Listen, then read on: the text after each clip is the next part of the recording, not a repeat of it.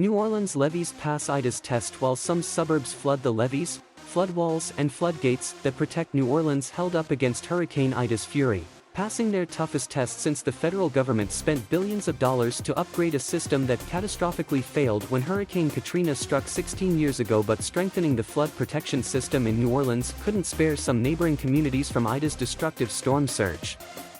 Many residents of LaPlace, a western suburb where work only recently began on a long-awaited levee project, had to be rescued from rising floodwaters.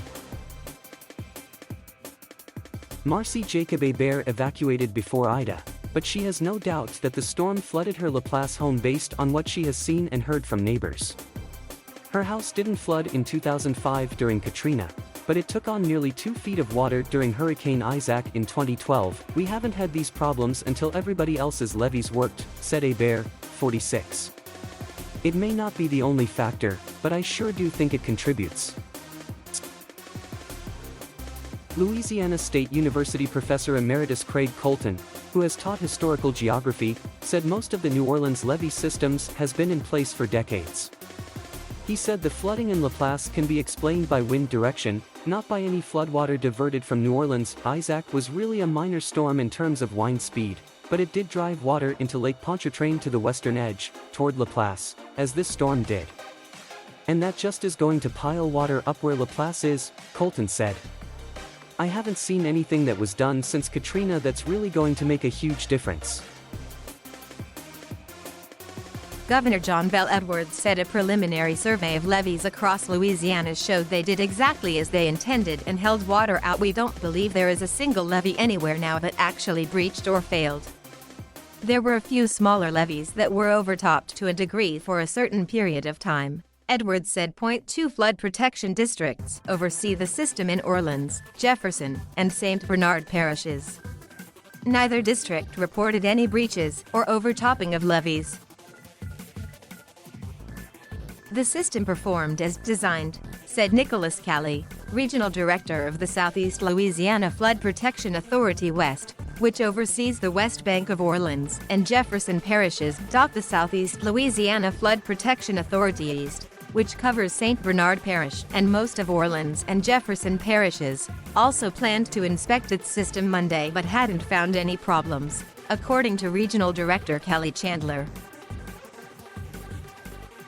Tulane University history professor Andy Horowitz, author of Katrina, A History, 1915 to 2015, said it is unequivocally great news that the levees held up against Ida's surge.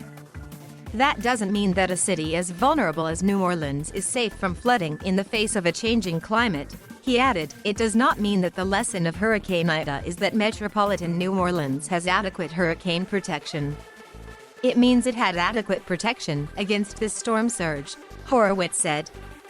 As the system is challenged by stronger and more frequent hurricanes, I think many experts are very concerned about the rather low level of protection that New Orleans has.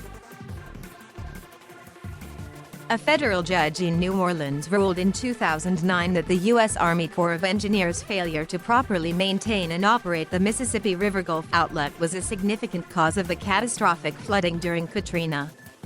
Levee failures near Lake Pontchartrain also flooded New Orleans neighborhoods. After Katrina, the federal government spent $14.5 billion on projects designed to enhance protection from storm surge and flooding in New Orleans and surrounding suburbs south of Lake Pontchartrain. Starting with a giant surge barrier east of the city, the system is a 130-mile ring built to hold out storm surge of about 30 feet.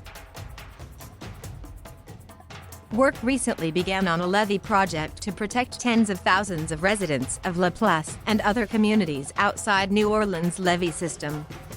That project is not projected to be completed until 2024. I'm glad they're building us a levee, but I worry about what happens to the next group further to the west, Hebert said. The water has got to go somewhere. We can't just keep funneling it from person to person, place to place. Bernardo Fallis, a spokesperson for Phillips 66, said the company did not immediately have information about whether a reported levee collapse in Plaquemines Parish affected its Alliance refinery in Belchas.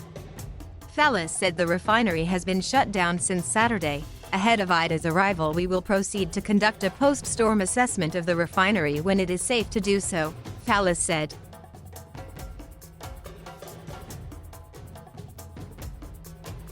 Thank you for watching. Please subscribe.